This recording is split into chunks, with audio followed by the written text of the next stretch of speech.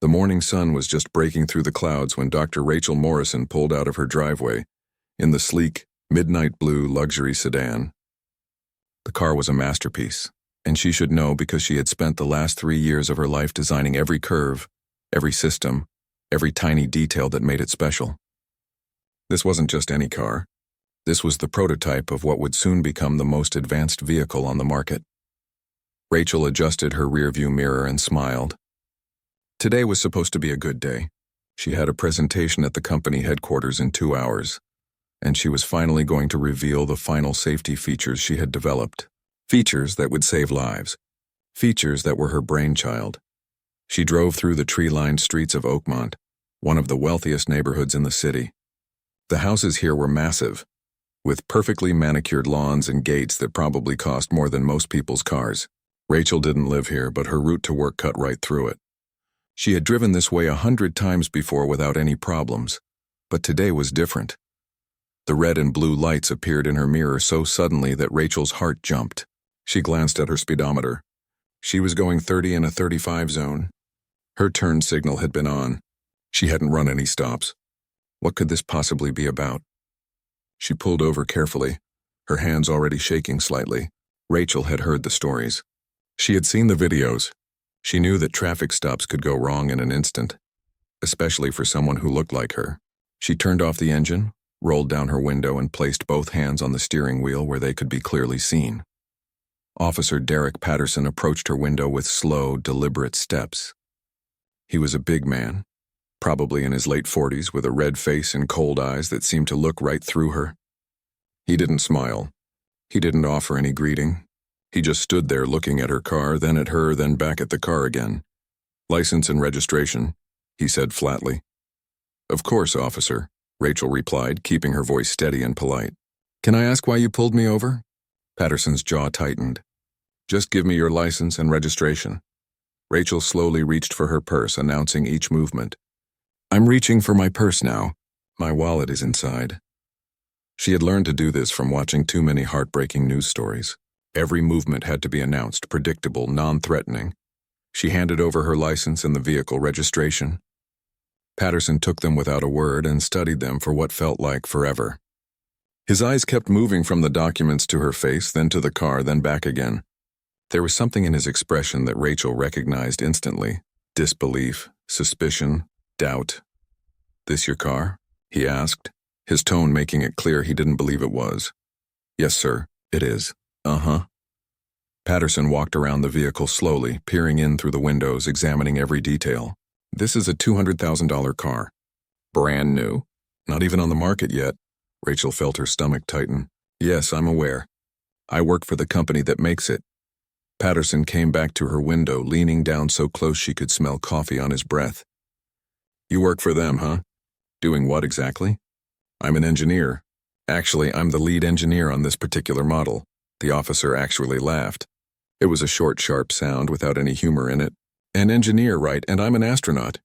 Rachel's hands gripped the steering wheel tighter. "Stay calm," she told herself. "Don't give him any reason. Officer, everything is in order. My license is valid, the registration is current, and I haven't broken any traffic laws. Why exactly did you pull me over?" Patterson's face hardened. "I'll ask the questions here.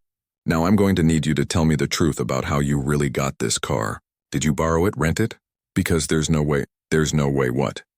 Rachel interrupted, her own voice getting sharper despite her best efforts to stay calm. "No way someone like me could own a car like this."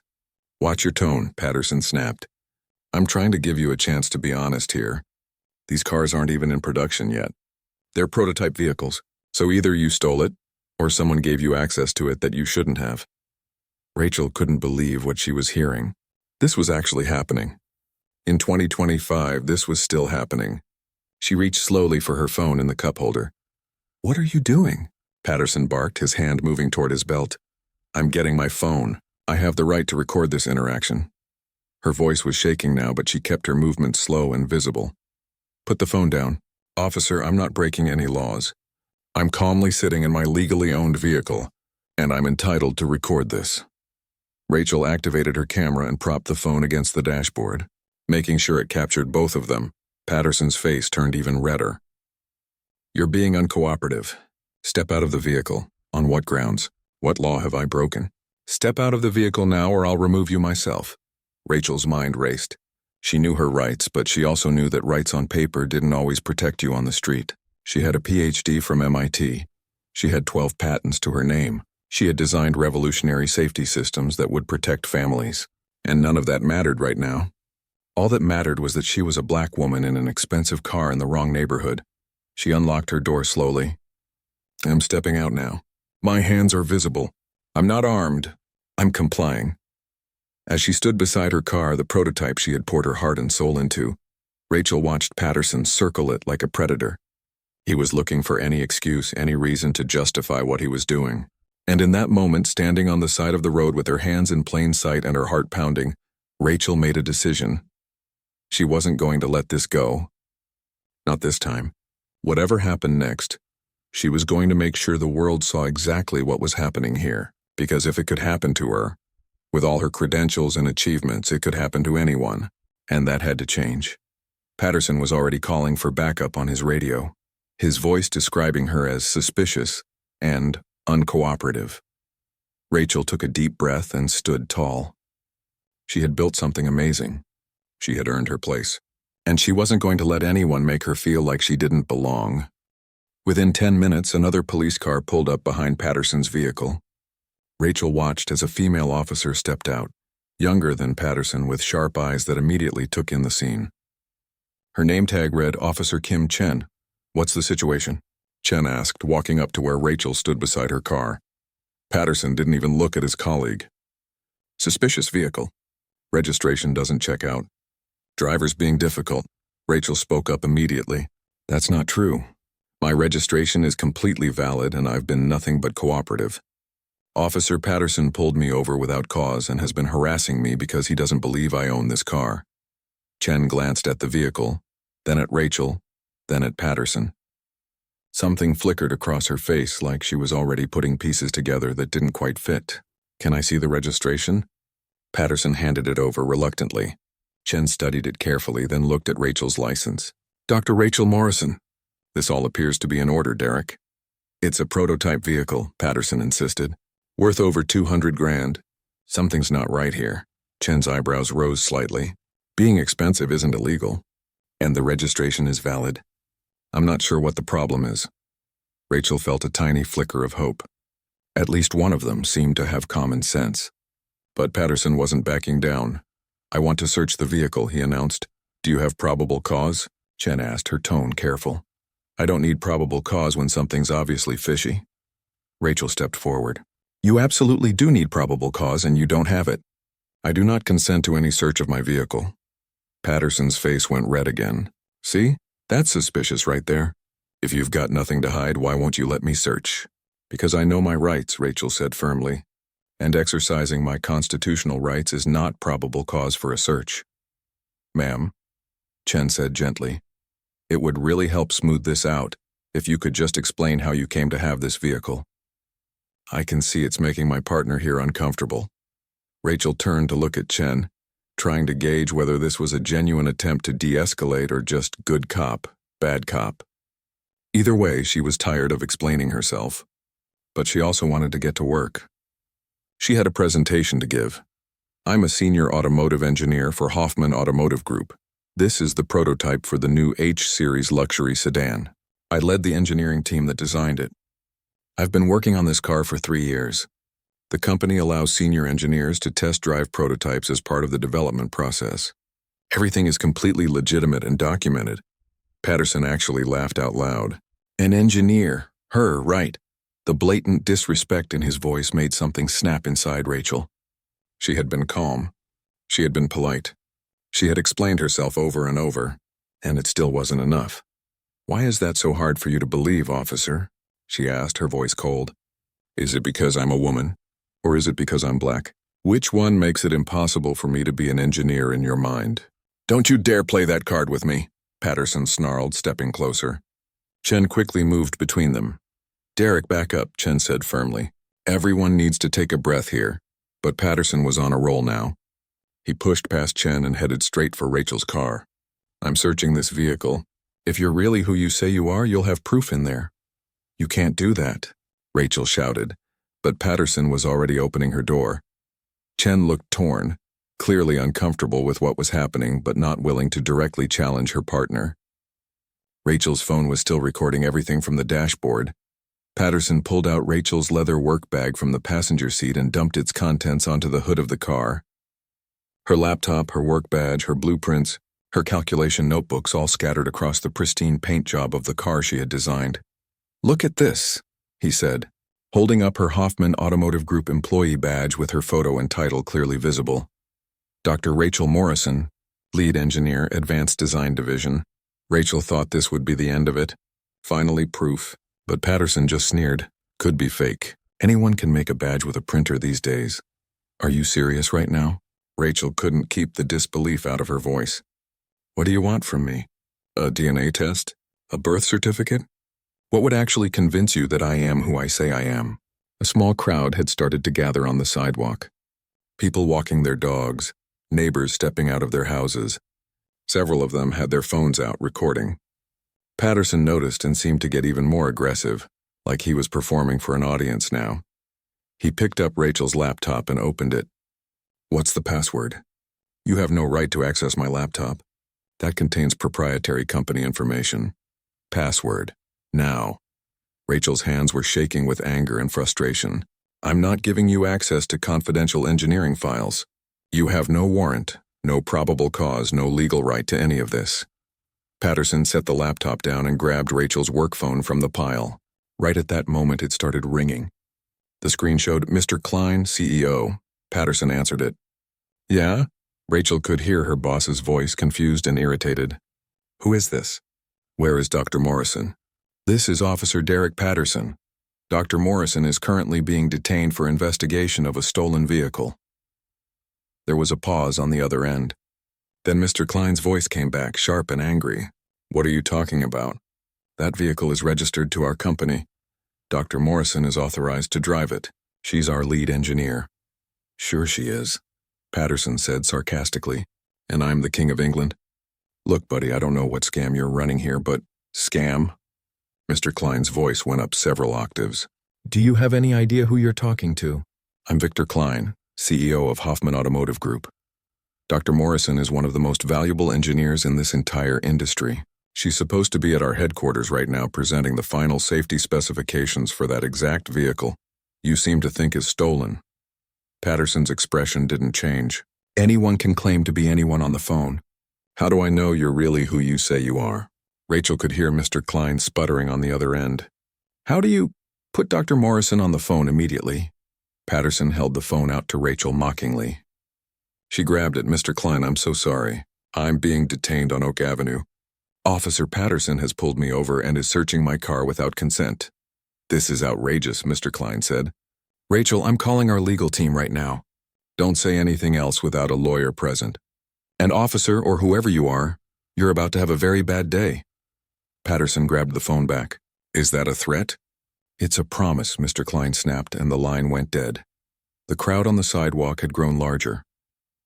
Rachel could see people shaking their heads, some calling out that this was wrong. A few were loudly saying they knew exactly what this was about. Chen stepped closer to Patterson. Derek, I really think we need to let her go. Everything checks out. Her registration is valid. She has company ID. Her boss just confirmed everything. We don't have grounds to hold her. I'm not done here, Patterson said stubbornly. He went back to searching the car, going through the glove compartment, checking under the seats. He was looking for anything, any tiny violation he could use to justify what he was doing. A parking ticket, an expired insurance card, anything. Rachel stood there, watching this man tear apart the interior of the car she had designed with her own hands. The car that represented years of late nights, complex calculations, crashed prototypes, and breakthrough moments. This was her baby, and he was treating it and her like garbage. Officer Chen pulled out her own phone and stepped away, speaking quietly into it. Rachel couldn't hear what she was saying, but she hoped Chen was calling someone with more sense than Patterson had. The whole situation felt surreal. Rachel had a PhD from one of the best engineering schools in the world. She had patents. She had awards. She had personally designed safety features that would save lives. And none of it mattered right now because Officer Derek Patterson had decided she didn't belong in this car, in this neighborhood, in this life. But as she stood there, humiliated and angry, with cameras recording and witnesses watching, Rachel made herself a promise. This wasn't going to be swept under the rug. This wasn't going to be just another story that people shook their heads at and forgot. Whatever it took, she was going to make sure this moment meant something. She was going to make sure that Patterson's assumptions, his prejudice, his complete abuse of power was going to cost him everything. Because enough was enough. While Patterson continued his illegal search, Rachel's personal phone started buzzing in her pocket. She pulled it out carefully, making sure both officers could see her movements. The screen showed her best friend Tanya calling, probably wondering why Rachel hadn't shown up at the office yet. "I need to answer this," Rachel said. "Make it quick," Patterson muttered. Barely looking up from where he was searching the trunk of her car, Rachel answered. "Tanya, I can't talk right now." Rachel, what's going on? Your face is all over Twitter. Someone's live streaming you getting pulled over. Are you okay?" Rachel's heart sank. Of course, people were streaming this. Everyone had cameras now. Everything went viral. "I'm fine. Just dealing with a situation." "A situation?" "Rachel, there are already thousands of people watching this. The hashtag Justice for Drew Morrison is starting to trend. People are furious." Rachel glanced at the crowd on the sidewalk. Sure enough, several people weren't just recording anymore. They were on their phones, typing, scrolling, sharing. This was spreading in real time. "I have to go," Rachel said quietly. "I'll call you when this is over." She hung up just as a sleek black car pulled up behind the police vehicles. Rachel recognized it immediately. That was Mr. Klein's personal car. What was he doing here? The CEO of Hoffman Automotive Group stepped out, and he looked absolutely livid. Victor Klein was a man in his 60s, distinguished and normally composed. Right now his face was red and his jaw was clenched so tight Rachel could see the muscles working. "Which one of you is Patterson?" he demanded, striding toward them. Patterson looked up, clearly annoyed by yet another interruption. "That's me." "And you need to step back, sir. This is an active investigation." "Investigation of what exactly?" Mr. Klein pulled out his phone and showed Patterson the screen. "Investigation of my lead engineer, the woman who has personally revolutionized automotive safety design, the woman who's supposed to be presenting to our board of directors in less than an hour." Patterson crossed his arms. "I don't care if she's supposed to be presenting to the president. I have reasonable suspicion that this vehicle was obtained illegally." "Reasonable suspicion based on what?" Mr. Klein's voice was getting louder. "The fact that she's driving a car she designed? The fact that she's a brilliant engineer who earns a salary that easily allows her to afford this vehicle? Or the fact that she doesn't look like what you think an engineer should look like?" "Watch yourself," Patterson warned. "You're interfering with police business." Mr. Klein laughed, but there was no humor in it. "Police business? You want to talk about business? Let me tell you about business. Dr. Morrison holds 12 patents related to the vehicle you're currently destroying. 12. Those patents are worth millions of dollars. The advanced collision detection system she developed is going to be standard in every vehicle we produce for the next decade. She's not just an engineer. She's the engineer. And you're treating her like a criminal." Officer Chen stepped forward. "Mr. Klein, I understand you're upset, but..." "Upset?" Mr. Klein turned to her. "I'm beyond upset. I'm watching one of the most talented people in my company being humiliated on the side of the road. Because your partner here can't believe that a black woman could be successful. Do you have any idea how many laws you're breaking right now?"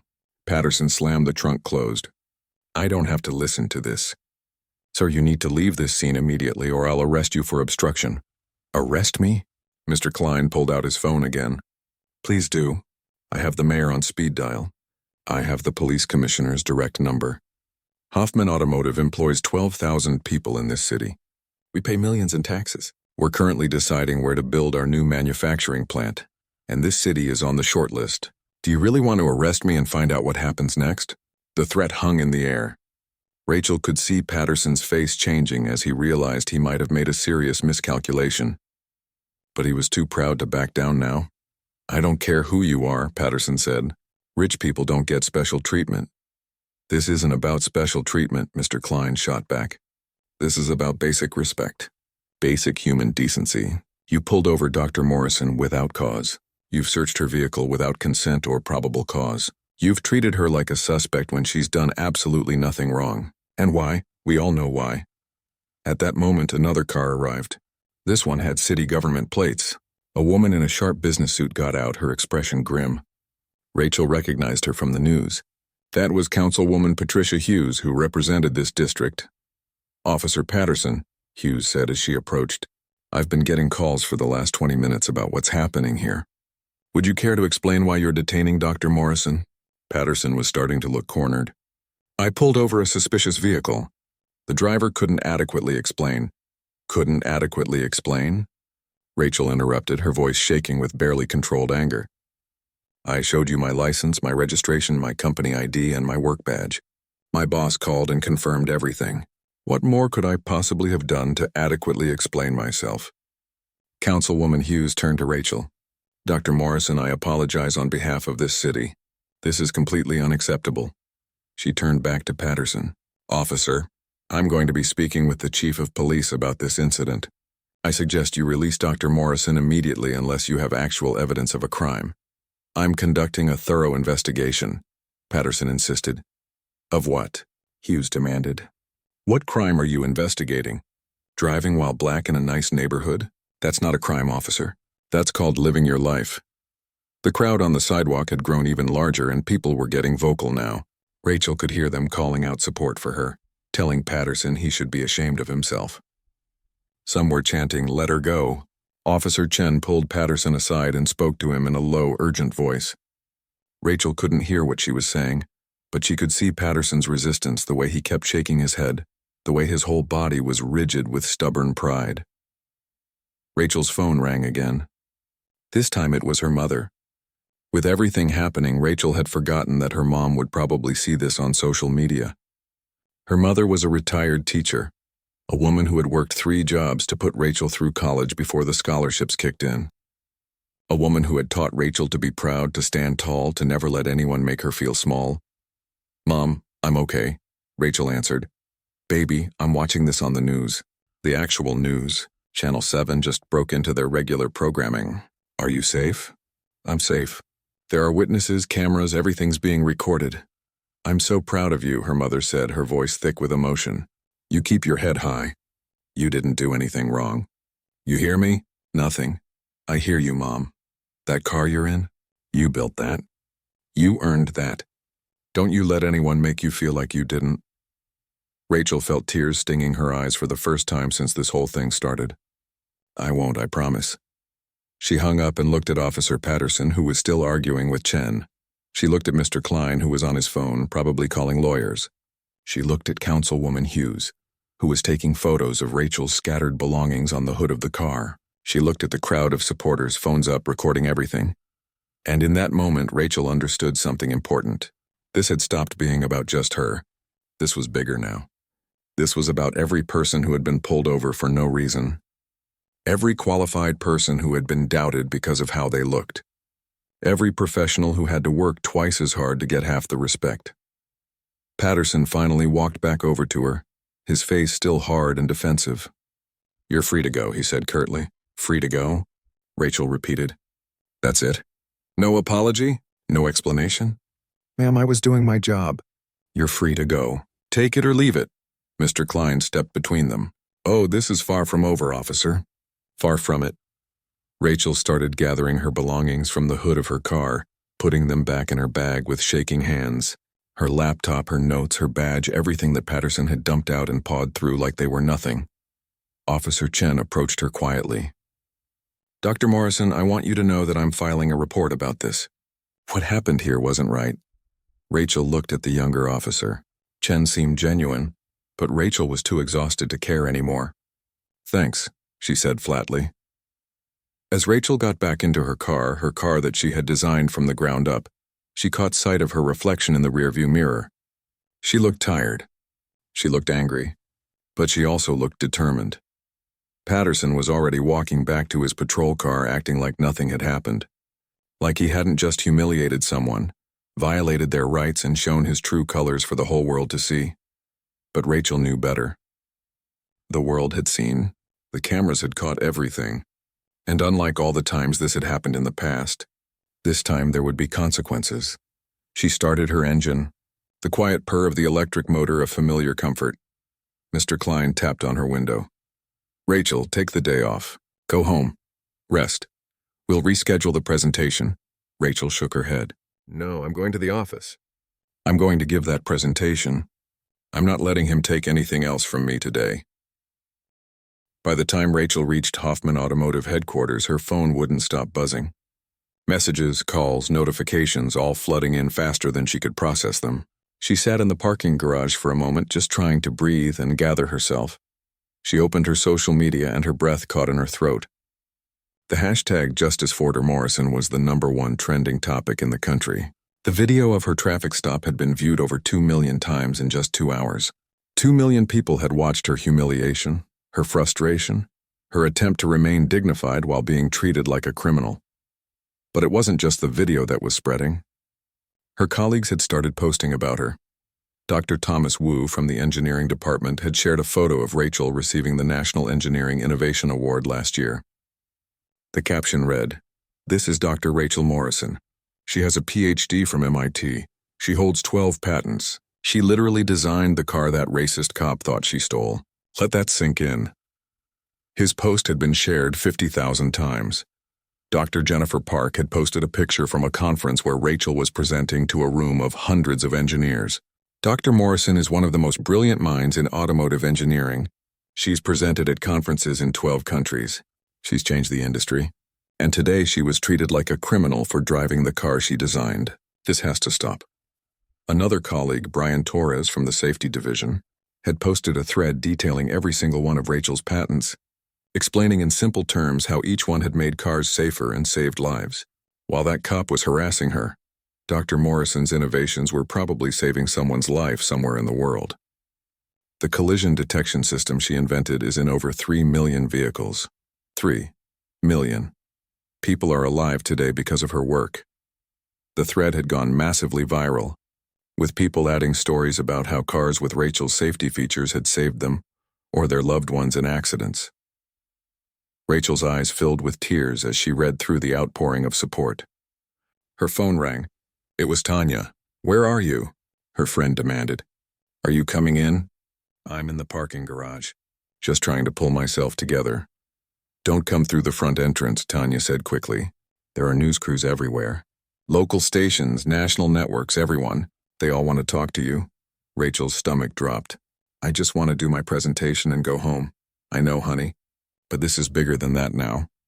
Mr. Klein wants to see you before the presentation. He's in his office." Rachel made her way through the building using the back corridors, avoiding the media circus at the front. When she reached Mr. Klein's office, she found him in a meeting with the entire executive team and several people she recognized as the company's lawyers. "Rachel, come in," Mr. Klein said, standing up. "First, how are you holding up?" "I'm okay," she lied. "No, you're not," said Christine Walsh, the company's chief operating officer. "What happened to you today was traumatic and wrong. We want you to know that Hoffman Automotive stands behind you 100%. One of the lawyers, a sharp-looking woman named Diana Brooks, opened her laptop. "Dr. Morrison, we've been reviewing the footage of your traffic stop. What Officer Patterson did was clearly a violation of your civil rights, searching your vehicle without probable cause, detaining you without reasonable suspicion. All of it was illegal. We're prepared to pursue legal action if you want to go that route." Rachel sat down heavily. "I just wanted to come to work. I just wanted to present my safety specifications and do my job." "And you will," Mr. Klein said firmly. "But we also need to address what happened. Rachel, you're not just any engineer. You're the face of our advanced design division. Your work represents the future of this company. When someone disrespects you, they disrespect everything we stand for." "We're issuing a statement," Christine added. "We've already drafted it. We want your approval before we release it." She turned her laptop toward Rachel. The statement was strong, unequivocal, and powerful. It condemned Patterson's actions, celebrated Rachel's achievements, and made clear that Hoffman Automotive would not tolerate discrimination in any form. The statement also announced that the company was reviewing its planned expansion in the city and would be taking into account how local law enforcement handled this situation. "That last part," Rachel said, pointing at the screen, "about the expansion, that's a big threat." "It's not a threat," Mr. Klein said. "It's a reality. We were planning to build a new manufacturing plant that would bring 12,000 jobs to this area. But I'm not investing hundreds of millions of dollars in a city where my employees can be harassed by police for no reason. The city council needs to understand that actions have consequences. Rachel read through the statement again. It was everything she would have wanted to say but couldn't find the words for. Okay, release it. Within minutes of the statement going out, the media reaction was explosive. National news outlets picked it up immediately. Business networks started analyzing what it could mean for the city's economy if Hoffman Automotive pulled out. Local politicians began scrambling to respond. But it wasn't just the company's statement that was making waves. Community leaders were organizing. Rachel's phone pinged with a notification. A local civil rights organization had announced a rally for that evening, calling for accountability and police reform. The rally was being held at City Hall, and they were expecting thousands of people. Another notification. The local chapter of the National Association of Black Engineers had issued their own statement, calling Rachel an inspiration and demanding justice. They were organizing their members to attend the rally. Then her college roommate texted, "Rach, MIT just posted about you on their official page. They're calling you one of their most distinguished alumni and saying what happened to you is unacceptable. This is everywhere."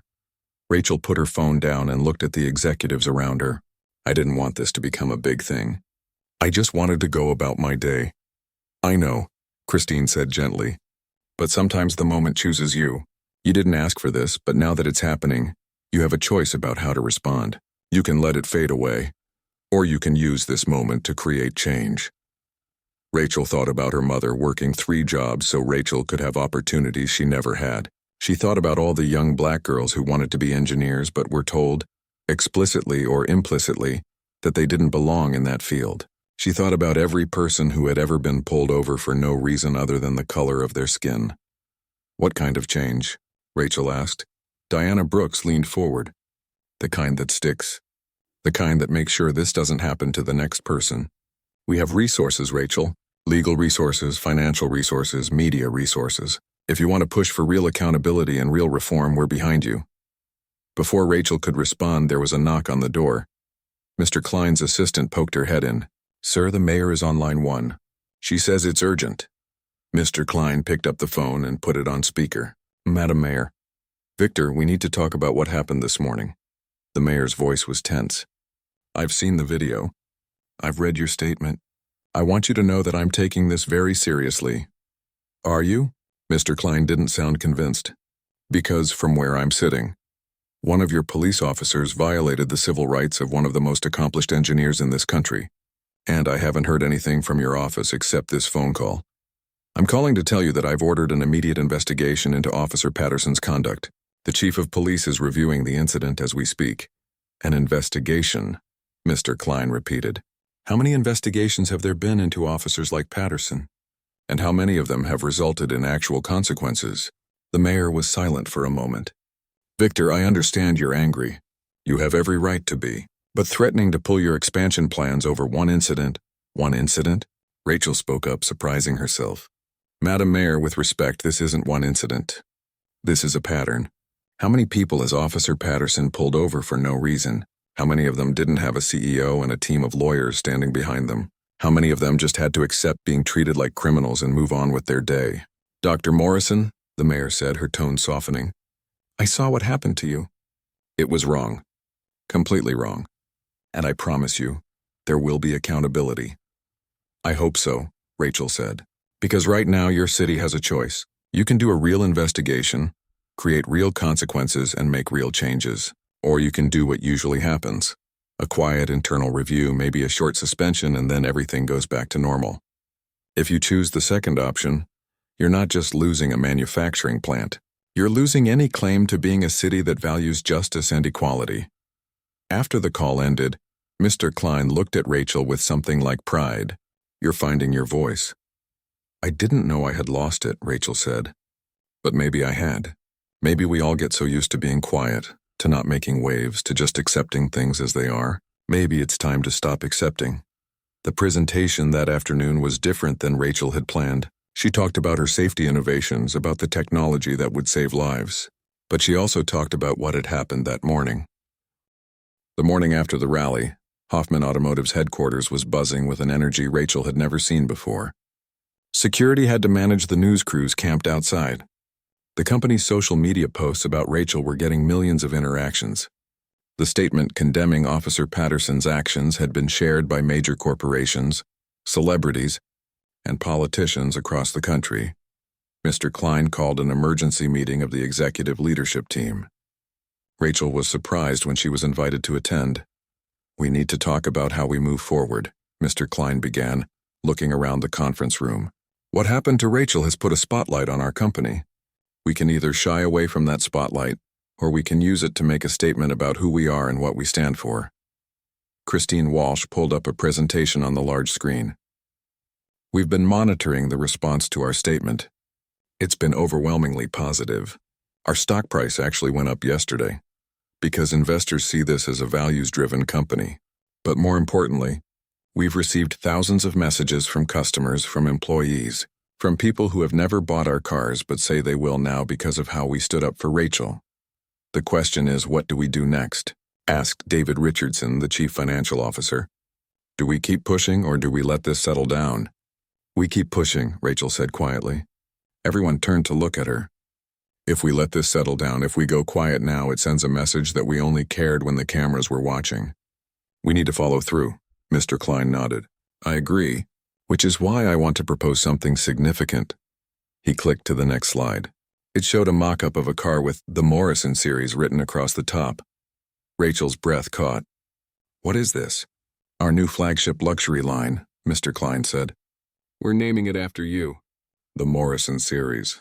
Every vehicle in this line will feature your safety innovations as standard. And we're making it clear in every advertisement, every press release, every piece of marketing material that this series is named after Dr. Rachel Morrison, the engineer who designed it." "You don't have to do that," Rachel said, feeling overwhelmed. "We're not doing it because we have to," Christine said. "We're doing it because it's right. Your name deserves to be on this car. You created it. The world should know that. There's more," Mr. Klein continued. "We're also launching the Morrison STEM Scholarship Program. Full-ride scholarships for underprivileged students, particularly women and minorities who want to study engineering. We're funding it with $10 million to start." Rachel felt tears welling up in her eyes. $10 million? "It's an investment in the future," David said, "in making sure that the next generation of engineers looks like all of us. That talent isn't wasted because someone can't afford college or because they don't see people who look like them in the field." "We're also doing something else," Mr. Klein said. "We're creating a documentary about your work. Not about what happened with Officer Patterson, but about your actual work as an engineer. We want young people, especially young women of color, to see what's possible. To see someone like you and think, I could do that." Rachel wiped her eyes. "I don't know what to say." "Say yes," Christine smiled. "Let us celebrate you the way you deserve to be celebrated." "Yes," Rachel whispered. "Yes, okay." The announcement went out that afternoon. Hoffman Automotive held a press conference, and this time Rachel stood at the podium alongside Mr. Klein. The Morrison series. The scholarship program, the documentary, all of it. The questions from reporters came fast.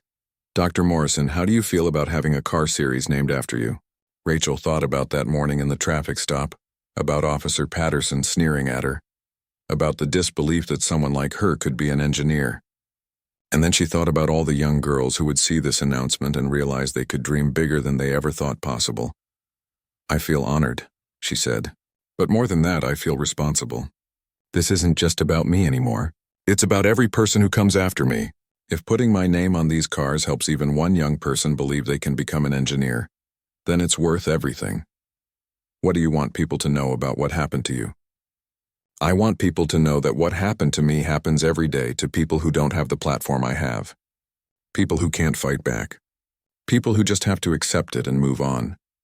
I got pulled over for the crime of being a successful black woman in a nice car, and that should never ever be a crime. Do you think Officer Patterson should be fired?" Rachel paused. She could have said yes. Part of her wanted to say yes, but she chose her words carefully. "I think Officer Patterson should face the same consequences any other person would face for violating someone's civil rights and abusing their power. No more, no less. And I think the police department needs to look at why officers like him feel comfortable acting the way he did. This isn't about one bad apple. This is about a system that protects bad apples and punishes good ones. Behind the scenes, Hoffman Automotive was doing even more. Their legal team had compiled every piece of evidence from Rachel's traffic stop. The videos from her phone, from the bystanders, from Officer Chen's body camera. They had statements from witnesses. They had the phone records showing Mr. Klein's call. Everything. They turned all of it over to both the police department's Internal Affairs Division and the city's Independent Police Oversight Board. But they also sent copies to the Department of Justice, asking for a federal investigation into civil rights violations. "We're not leaving this to chance," Diana Brooks told Rachel.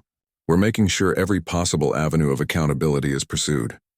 The company also sent their corporate communications team to dig into Officer Patterson's history. What they found was disturbing. In the past 5 years, Patterson had been involved in 17 complaints of excessive force or discriminatory behavior. 17, and not one had resulted in serious discipline. They found dashcam footage from other stops Patterson had made. A young Latino man pulled over for suspicious behavior, who turned out to be a pediatrician heading home from the hospital. A black businessman stopped for a broken taillight that wasn't actually broken. An Asian woman questioned for 20 minutes about where she was going and why, even though she had committed no traffic violation. The pattern was undeniable. Patterson had been doing this for years, and the department had let him. Hoffman Automotive released all of it to the media with Rachel's permission. The story exploded even bigger. National news networks did deep dives into Patterson's record. Civil rights attorneys started reaching out to Patterson's other victims, offering to help them pursue their own cases. The pressure on the police department became immense. The police chief held a press conference where he looked tired and defensive, insisting that the department took all complaints seriously and that the investigation into Patterson was ongoing. But the public wasn't buying it.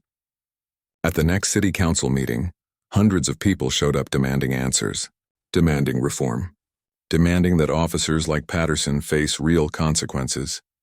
Rachel attended that meeting, sitting in the front row. She listened as person after person stood up to tell their own stories of being harassed by police, of being profiled, of being treated as criminals. For doing nothing wrong, a young college student talked about being stopped while jogging in his own neighborhood because someone called the police about a suspicious person. He had to prove to the officers that he actually lived there before they would let him go. An elderly black man talked about being pulled over 17 times in 3 years, always for minor violations that were either made up or ignored when white drivers did the same things. A mother talked about her teenage son being stopped and searched on his way home from school, surrounded by police cars, terrified while his classmates watched. Story after story, each one breaking Rachel's heart a little more. Because she had been lucky. She had resources. She had a powerful company backing her. She had cameras recording everything. Most of these people had none of that. They just had to endure it and hope they made it home safe. When it was Rachel's turn to speak, she kept it simple. "I'm a lucky one," she said. "I got to tell my story. I got justice, or at least the beginning of it. But what about all these other people? What about the ones whose stories never make the news? The ones who don't have CEOs calling the mayor on their behalf? They deserve justice too. They deserve to live in a city where they're not treated like suspects just for existing. We all deserve that." The council members took notes. They made sympathetic faces. They promised to look into reforms. But Rachel had heard promises before. She knew that real change required constant pressure, constant vigilance. After the meeting, a young girl approached Rachel shyly. She couldn't have been more than 12 years old. "Dr. Morrison, can I take a picture with you?" "Of course, sweetheart." "What's your name?" "Imani. I want to be an engineer like you when I grow up. My teacher showed us the video about your car and all the safety things you invented. It was so cool." Rachel knelt down to Imani's level. "You know what? You're going to be an amazing engineer. Don't let anyone tell you that you can't. Even if they're mean to me because I'm black." Rachel's heart clenched. This child already knew, already understood the obstacles she would face. 2 weeks after the traffic stop, the police department's internal investigation was in full swing, and the cracks in the system were becoming impossible to ignore. Officer Kim Chen had become a key figure in the investigation, and her testimony was damning. Chen sat across from internal affairs investigators in a small, windowless room, her body camera footage playing on the screen beside her. I knew something was wrong the moment I arrived, Chen told them. Dr. Morrison was standing beside her car with her hands visible, completely calm and cooperative. Patterson was agitated, hostile. When I looked at her registration and license, everything was in perfect order. There was no reason for that stop to continue. Why didn't you intervene? The lead investigator asked. Chen's jaw tightened. I tried. I told Patterson multiple times that we should let her go, but he outranks me. He's been on the force for 20 years. I've been here for 3. When I pushed back, he shut me down. And honestly, I was afraid that if I pushed harder, I'd become a target too. A target how? You know how it works, Chen said quietly. Officers who make waves, who don't back up their partners no matter what, they get frozen out. They don't get backup when they need it. They get the worst shifts, the worst assignments. I've seen it happen to good cops who tried to stand up to officers like Patterson. The investigators exchanged glances. Chen was describing a culture of intimidation and protection that went far beyond one officer's misconduct. Tell us about Patterson's history, they said. Chen took a deep breath. Everyone knows about Patterson. We all know he profiles people. I've heard other officers joke about it, call him Stop and Frisk Derek. But nobody does anything because he's protected. Protected by whom? Captain Morrison, for one. Chen paused. No relation to Dr. Morrison, obviously. But Captain Morrison and Patterson go way back. They came up through the academy together. Whenever complaints come in about Patterson, the captain makes them disappear or calls them unfounded. It's been happening for years. This revelation sent the investigation in a new direction. Suddenly, it wasn't just about one traffic stop.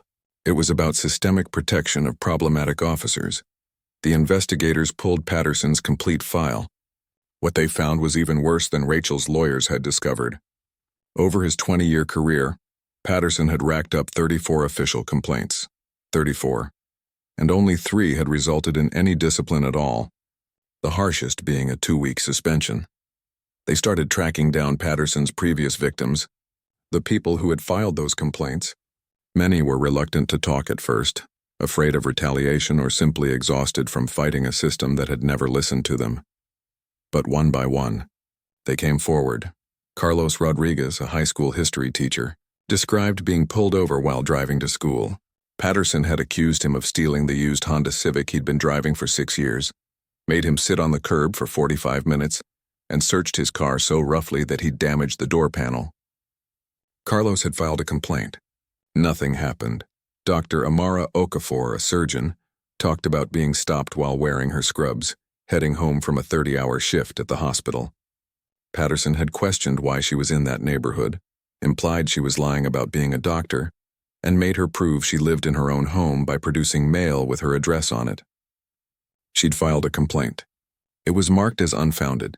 Kevin Tran, a software developer, recounted being pulled over 6 times in 1 year, always by Patterson, always in the affluent neighborhood where Kevin had just bought his first house. The 6th time, Patterson had threatened to arrest him for suspicious behavior when Kevin asked why he kept being stopped. Kevin filed a complaint and then moved to a different city because he didn't feel safe anymore. The pattern was impossible to miss. Patterson targeted successful professionals of color, particularly in wealthy neighborhoods, and questioned their right to be there. And the department had let him do it for 2 decades. The investigators dug deeper into Captain Morrison's role. They found emails where other officers had raised concerns about Patterson, only to be told to mind their own business or that Patterson was old school but effective. They found evidence that complaint files had been altered or had mysteriously disappeared from the system. One email chain was particularly revealing. 3 years ago, a rookie officer named Thomas Wright had reported Patterson for using excessive force during a traffic stop. 2 weeks later, Wright had been transferred to the overnight shift in the most dangerous precinct in the city. A month after that, Wright had resigned from the force entirely. The investigators tracked Wright down. He was working as a security guard now, barely making ends meet. "I became a cop to help people," Wright told them, his voice heavy with regret. "When I saw Patterson slam that kid against the hood of the car for talking back, I knew I had to report it. The kid was 19, pulled over for a broken taillight. He wasn't being threatening, just frustrated, and Patterson just lost it. What happened after you filed the report? Captain Morrison called me into his office. Told me I had misunderstood the situation. Said that if I wanted to have a long career in this department, I needed to learn when to look the other way. When I didn't back down, suddenly I was working midnights in the worst part of town with no backup. Other officers wouldn't even talk to me. I got the message loud and clear, so I quit. The investigators asked the question that mattered most. Do you think other officers knew about Patterson's behavior? Wright laughed bitterly. Everyone knew. Everyone. But speaking up meant ending your career, so people stayed quiet. The system protects guys like Patterson and punishes guys like me. That's why I left. As the investigation continued, more officers started coming forward, their own consciences finally outweighing their fear. Officer Lisa Martinez described how Patterson had bragged in the locker room about keeping certain people out of certain neighborhoods. Officer Robert Kim talked about witnessing Patterson use racial slurs when talking about suspects.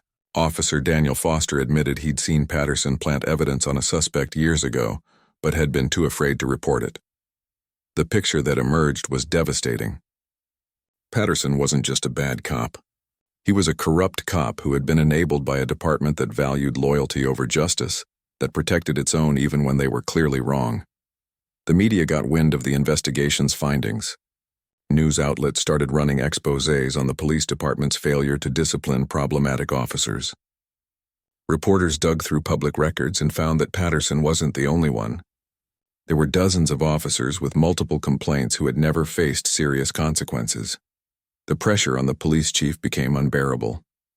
At a press conference facing a sea of cameras and angry citizens, Chief Robert Anderson finally admitted what everyone already knew. "We have failed," he said, his face grim. "We have failed the community we're supposed to serve. We have allowed officers to abuse their authority without consequences. We have protected our own at the expense of justice. That ends now." He announced that Patterson was being placed on unpaid administrative leave pending criminal charges. Captain Morrison was being demoted and transferred, and the department was implementing immediate reforms. Mandatory body cameras for all officers, an independent civilian oversight board with real power, and a complete review of every complaint filed in the past 10 years. "This is just the beginning," Chief Anderson said. "We have a lot of work to do to earn back the trust of this community. I don't expect forgiveness. I expect to prove through action that we can be better." Rachel watched the press conference from her office at Hoffman Automotive. Part of her felt vindicated, but mostly she felt sad. Sad that it had taken her story going viral for the department to act. Sad for all the people who had been victimized by Patterson over the years. Sad that the system had been so broken for so long. Her phone rang. It was Diana Brooks, the lawyer. "Did you see the press conference?" Diana asked. "Just finished watching it. The district attorney's office called. They're filing criminal charges against Patterson. Civil rights violations, false imprisonment, abuse of authority. He could be looking at real prison time." Rachel was quiet for a moment. "Good. He should face the same justice system he abused for so long." "There's more. 7 of Patterson's other victims have come forward. They want to file a class action lawsuit against the department. They're asking if you'll join them." "Yes," Rachel said without hesitation. "Absolutely yes." "It's going to be a long fight," Diana warned. "And it's going to keep you in the public eye. Are you sure you're ready for that?" Rachel thought about Imani, the 12-year-old girl who wanted to be an engineer. She thought about Carlos, Amara, Kevin, and all the others who had been violated and ignored. She thought about Officer Wright, who had tried to do the right thing and had been punished for it. "I'm ready," she said. "Let's make sure this never happens again." That evening, Rachel received an unexpected visitor at her apartment. It was Officer Kim Chen out of uniform, looking nervous. "Dr. Morrison, I hope it's okay that I came. I got your address from the police report. I just wanted to apologize in person." Rachel invited her in, offering her tea. They sat in her living room, the tension thick between them.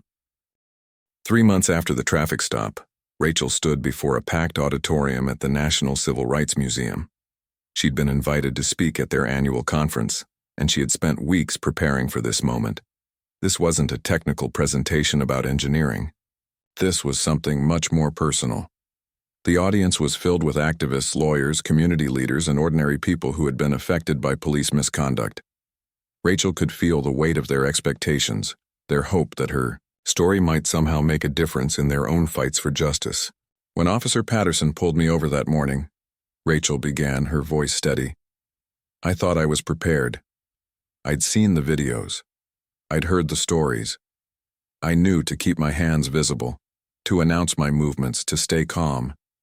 But nothing really prepares you for the moment when you realize that your credentials, your accomplishments, your humanity don't matter to the person with power over you. She paused, letting that sink in. I have a PhD from MIT. I hold 12 patents. I've designed safety systems that have saved lives. And none of that mattered because Officer Patterson had already decided who I was based on how I looked. That's the reality that millions of people live with every single day.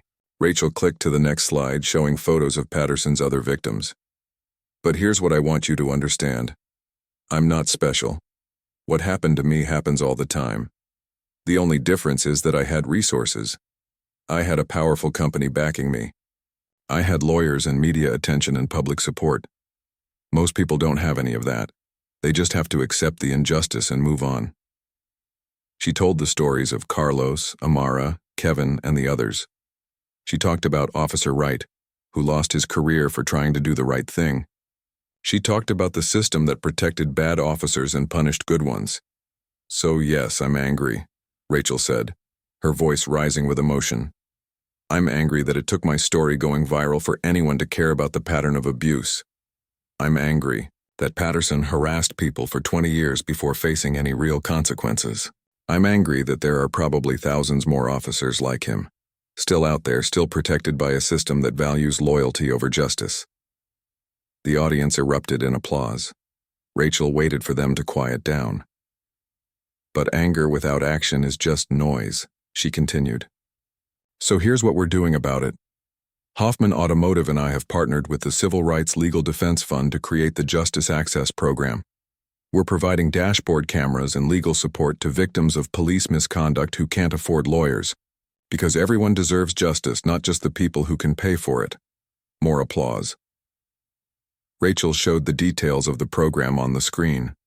They were starting with a fund of $5 million, enough to help hundreds of people pursue their cases. We're also working with police departments across the country to implement real reform. Not just policy changes on paper, but actual accountability measures. Independent civilian oversight boards with the power to investigate and discipline officers. Mandatory body cameras that officers can't turn off.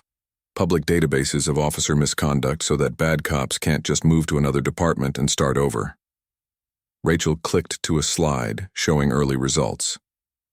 In the 3 months since my traffic stop, 12 police departments have reached out to us asking for help implementing these reforms. 12. That's not enough, but it's a start. She talked about the scholarship program, now fully funded and accepting applications.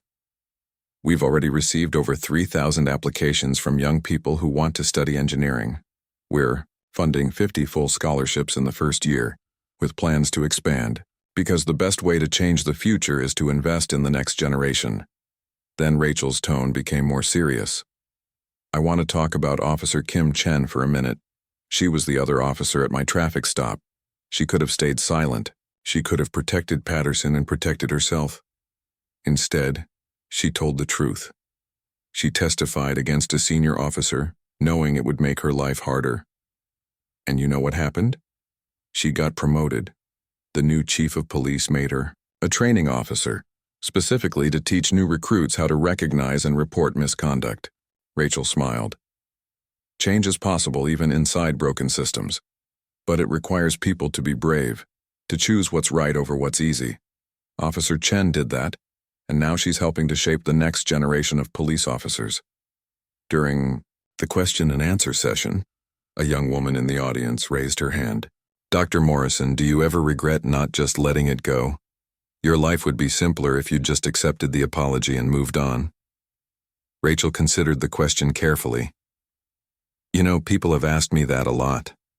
And honestly, yes, sometimes, I do think about how much easier my life would be if I just stayed quiet.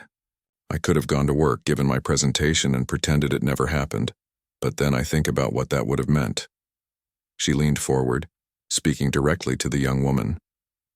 It would have meant that Patterson would still be out there, still harassing people. It would have meant that his other victims would still think they were alone, that nobody cared. It would have meant that young people like you wouldn't see someone who looks like you standing up and demanding justice. So no, I don't regret it. Not for a second. The response was thunderous applause. After the speech, Rachel was approached by a woman in her 60s with kind eyes and a warm smile. "Dr. Morrison, my name is Dorothy Hayes. I was pulled over by Patterson 12 years ago. He accused me of stealing my own car, made me stand in the rain while he searched it, and spoke to me like I was worthless. I filed a complaint, but nothing happened. I eventually just tried to forget about it." Dorothy's eyes filled with tears. "But watching you stand up, watching you demand accountability, it healed something in me that I didn't even know was broken. You gave me back my voice. You made me feel like what happened to me mattered. Thank you." Rachel hugged her, feeling the woman's tears on her shoulder. This was why it all mattered. Not for the headlines or the awards or the recognition. For Dorothy. For all the people who had been hurt and silenced and made to feel invisible. Meanwhile, back in the city where it all happened, the reforms were beginning to take shape. The new Civilian Oversight Board had real teeth, including the power to subpoena witnesses and recommend criminal charges.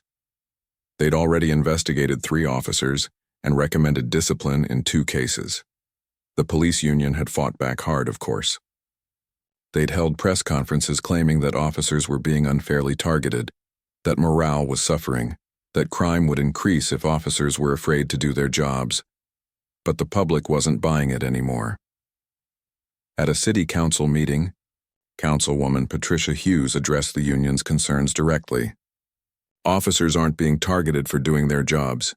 They're being held accountable for abusing their power. There's a difference. Good officers have nothing to fear from accountability. In fact, good officers should welcome it, because it protects them from being associated with officers like Patterson." The body camera requirement had been implemented across the department. Officers who turned off their cameras during interactions with the public faced automatic suspension. In the first month alone, this policy had prevented several potential incidents because officers knew they were being recorded. The public database of officer misconduct had been the hardest reform to implement. The police union had filed a lawsuit trying to block it, arguing that it violated officers' privacy rights. But the judge had ruled in favor of transparency, stating that public servants conducting public duties had a reduced expectation of privacy. Now anyone could look up an officer's complaint history. The data was shocking. It showed that most officers had 0 or 1 complaint in their entire careers. But a small percentage, about 5%, had 10 or more complaints.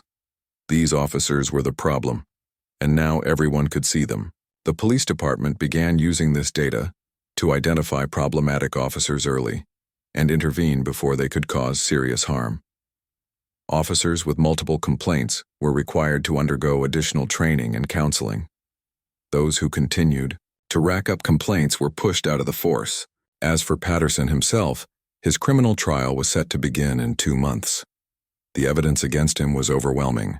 Videos, witness testimony, his own documented history of misconduct. His lawyer had tried to get the charges dismissed, arguing that Patterson had been doing his job in good faith. The judge had denied the motion, stating that there was clearly sufficient evidence to proceed to trial. Patterson had also been named in the class action lawsuit along with the city and the police department. The plaintiffs were seeking damages, not just for their individual experiences, but for the systemic failure to discipline Patterson despite years of complaints. Rachel's lawyers told her the city was likely to settle to avoid a trial. "They know they can't win," Diana explained. "The evidence of systemic negligence is too strong. They'll probably offer a settlement in the 8-figure range and agree to additional reforms." "I don't want money," Rachel said. "I want change." "You can have both. Take the settlement and use it to fund more reform initiatives. That's how you create lasting change." Rachel thought about it. 6 months had passed since that morning on Oak Avenue. Rachel stood backstage at the National Engineering Awards ceremony, adjusting her dress and trying to calm her nerves. She'd given dozens of speeches in the past few months, but this one felt different. This was her community, her peers honoring her for both her technical achievements and her advocacy work. 5 minutes, Dr. Morrison, a stagehand called out. Rachel took a deep breath. Her mother was in the audience, sitting in the front row next to Mr. Klein and Christine Walsh. Tanya was there too, along with many of her colleagues from Hoffman Automotive. Even Officer Kim Chen had come in civilian clothes, sitting near the back. The presenter took the stage and began reading Rachel's introduction. Tonight's recipient of the Distinguished Engineer Award has revolutionized automotive safety with innovations that have saved countless lives. But her impact extends far beyond engineering. Dr. Rachel Morrison has become a powerful voice for justice, using her platform to demand accountability and create meaningful change.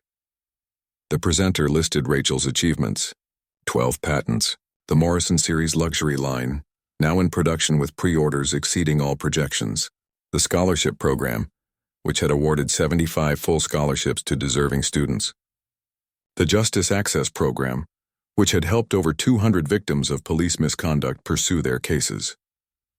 She turned a moment of injustice into a movement for change, the presenter concluded. Ladies and gentlemen, Dr. Rachel Morrison. The audience stood as Rachel walked onto the stage. The applause was deafening. She shook the presenter's hand, accepted the Crystal Award, and approached the microphone. Thank you, she said, waiting for the audience to settle. 6 months ago, I was just an engineer who loved her job. I designed cars. I solved problems. I stayed in my lane, literally and figuratively. Then one morning, a police officer pulled me over and decided I didn't belong in the car I had created with my own hands. Rachel paused, making eye contact with people throughout the audience. I could have let that moment define me as a victim. Instead, I chose to let it define me as someone who fights back, not with anger or violence, but with truth and persistence and the demand for something better. She talked about Patterson's trial, which had concluded 2 weeks earlier. He'd been found guilty on all counts and sentenced to 3 years in prison. It wasn't enough for 20 years of abuse, but it was more than most officers ever faced. Patterson's conviction didn't bring me joy, Rachel said honestly. It brought me sadness that it took so long, that it required my story to go viral, that so many people had to suffer before anything changed. But it also brought me hope, because it proved that accountability is possible, even in systems that seem designed to avoid it.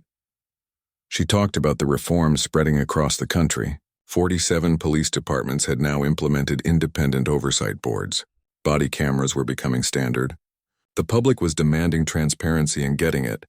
But here's what I want you to understand, Rachel said. These changes didn't happen because of me. They happened because of all of us. Dorothy Hayes, who came forward with her story after 12 years of silence. Carlos Rodriguez, who refused to let his complaint be buried. Officer Kim Chen, who chose truth over loyalty to a corrupt colleague.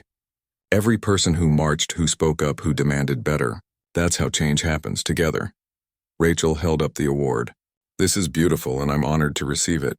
But the real award is seeing Imani, a 12-year-old girl who wants to be an engineer, believe that she can be. The real award is knowing that the next generation won't have to fight the same battles we did. That's what makes all of this worthwhile. The standing ovation lasted for nearly 2 minutes. When Rachel finally left the stage, she was immediately surrounded by well-wishers and reporters. But she made her way through the crowd to find her mother. I'm so proud of you, baby, her mother said, pulling her into a tight hug. Not just for this award, but for everything you've become. You didn't just build a better car, you're building a better world. Rachel wiped tears from her eyes. I learned that from you, Mom. You never let obstacles stop you. You showed me that hard work and integrity matter. Later that evening, at the reception, Rachel found herself in conversation with a group of young engineers. They were all fresh graduates, starting their careers full of hope and ambition. How do you balance it all? One of them asked. The engineering work, the advocacy, the public appearances. Don't you ever just want to hide away and focus on the technical stuff? Rachel laughed. Every single day. I'm an introvert at heart. I'd much rather be in a lab or at a drafting table than giving speeches. But I've learned that sometimes we're called to do more than what's comfortable. Sometimes our purpose finds us even when we're not looking for it. A young woman, barely out of college, spoke up shyly. I saw your traffic stop video. I'm Asian, and I've been pulled over 3 times in the past year for no real reason. Watching you stand up for yourself made me realize I don't have to just accept that. I filed complaints about all 3 stops. Because of you, Rachel squeezed her hand. That's exactly what I hoped would happen. One person speaking up gives others the courage to do the same. That's how we create change. The following week, Rachel returned to Hoffman Automotive for a special event. The first production models of the Morrison series were rolling off the assembly line, and the company had invited the media to cover it. Rachel stood on the factory floor, watching as her design came to life in mass production. Each car featured a small plaque on the dashboard, Morrison Series. Designed by Dr. Rachel Morrison, engineered for excellence. Mr. Klein joined her, both of them watching the cars being assembled with precision. You know, when we first decided to name this series after you, some of the board members were nervous. They thought it would be too controversial, that we'd lose customers who didn't like your activism. And did you? Rachel asked. Mr. Klein grinned. We have a 3-year waiting list. Sales projections have exceeded our wildest expectations. Turns out, people want to support companies that stand for something. Who knew? You did, Rachel said. That's why you backed me from the beginning. I backed you because you're brilliant and what happened to you was wrong. The business success is just a bonus. The media asked Rachel to sit in one of the completed cars for photos. As she slid into the driver's seat of the Morrison series, running her hands over the steering wheel she'd designed, she felt a sense of completion. This car had been her dream long before Officer Patterson pulled her over. And now, despite everything that had happened, that dream was real. 3 months later, Rachel stood in front of the first cohort of Morrison Scholarship recipients. 75 students from all backgrounds and all walks of life, who were about to start their engineering education with full financial support. I know some of you have been told you don't belong in engineering, Rachel said to the assembled students, maybe because of your gender, your race, your economic background, or where you come from. I want you to know something important. Those people are wrong, she pointed to herself. I was told I didn't belong. A police officer literally could not believe that someone who looked like me could be an engineer. He was wrong too. You belong here. Your perspective, your ideas, your unique way of seeing problems. That's exactly what engineering needs. Among the scholarship recipients was a young woman named Zara, who had grown up in foster care and thought college was impossible. There was David, whose parents were immigrants working 3 jobs to support their family. There was Ashley, from a small rural town where no one had ever gone to college. And there was Marcus, a young black man who had been stopped by police 9 times before he even turned 18. Rachel spent time talking to each of them individually, hearing their stories, understanding their dreams. She saw herself in all of them, not just her past but her future. These students would go on to design the next generation of technology. They would solve problems she couldn't even imagine yet. And they would do it because someone had invested in them, believed in them, opened doors that had seemed locked forever. As the academic year began, Rachel took on a new role at Hoffman Automotive. She was promoted to Chief Innovation Officer, overseeing all advanced development projects, but she negotiated her contract to include time for advocacy work and mentorship. I can't be the engineer. I want to be if I'm not also the advocate. I need to be, she told Mr. Klein. They're both part of who I am now. Meanwhile, the Justice Access Program was expanding beyond what Rachel had imagined. They'd partnered with law schools to create clinics where students could get hands-on experience representing victims of police misconduct. They'd helped pass legislation in 3 states requiring police departments to maintain public databases of officer complaints, and they'd trained over 500 community activists on how to document and report police misconduct effectively. Dorothy Hayes had become one of the program's most active volunteers, using her own experience to help others navigate the complaint process. Rachel gave me back my voice, Dorothy told people. Now I'm helping others find theirs. Officer Kim Chen had also become an unexpected ally.